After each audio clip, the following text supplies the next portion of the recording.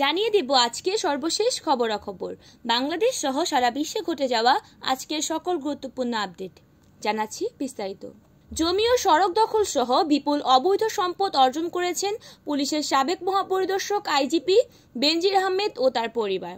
আদালতের নির্দেশে বা তাদের নামে গোপালগঞ্জে করা Savanna Eco Resort and Natural পার্কে রিসিভার নিয়োগ করে নিয়ন্ত্রণ নিয়েছে জেলা প্রশাসক। শনিবার সকাল থেকে গোপালগঞ্জের জেলা প্রশাসকের নির্দেশনা অনুযায়ী পার্কের যাবতীয় কার্যক্রম চালু থাকবে। গতকাল শুক্রবার সন্ধ্যায় গোপালগঞ্জ জেলা প্রশাসন এবং মাদারীপুর ও গোপালগঞ্জের দুর্নীতি দমন কমিশনের দুদকের দুইটি দল পার্কে অবস্থান নেয়। এতক্ষণ শুনছিলেন দেশের খবর, এবার আন্তর্জাতিক। ফিলিস্তিনের গাজায় শিশুদের উপর হামলার কারণে ইসরায়েলি সেনাবাহিনীকে কালো তালিকায় অভিযুক্ত করেছেন জাতিসংঘ। গাজায় ইহুদিবাদী সেনাদের হামলায় হাজার হাজার শিশু নিহত হওয়ার প্রেক্ষাপটে এই সিদ্ধান্ত নিল বিশ্ব সংস্থাটি। কালো তালিকায় ইসরায়েলের অবস্থানের বিষয়টি নিশ্চিত করেছেন জাতিসংঘে নিযুক্ত ইসরায়েলের রাষ্ট্রদূত গিলাদ আরদান। তিনি সামাজিক যোগাযোগ মাধ্যম এক্সে বলেছেন তিনি প্রজ্ঞাপন পেয়েছেন এবং এই পদক্ষেপে ক্ষুব্ধ।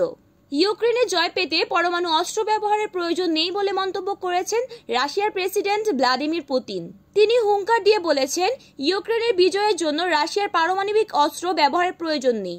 রুশ সার্বভৌমত্ব ও আঞ্চলিক অখণ্ডতা হুমকির মুখে পড়লে এই অস্ত্র ব্যবহার করা হবে বলেও জানিয়েছেন তিনি। এতক্ষণ সাথে থাকার জন্য সকলকে ধন্যবাদ।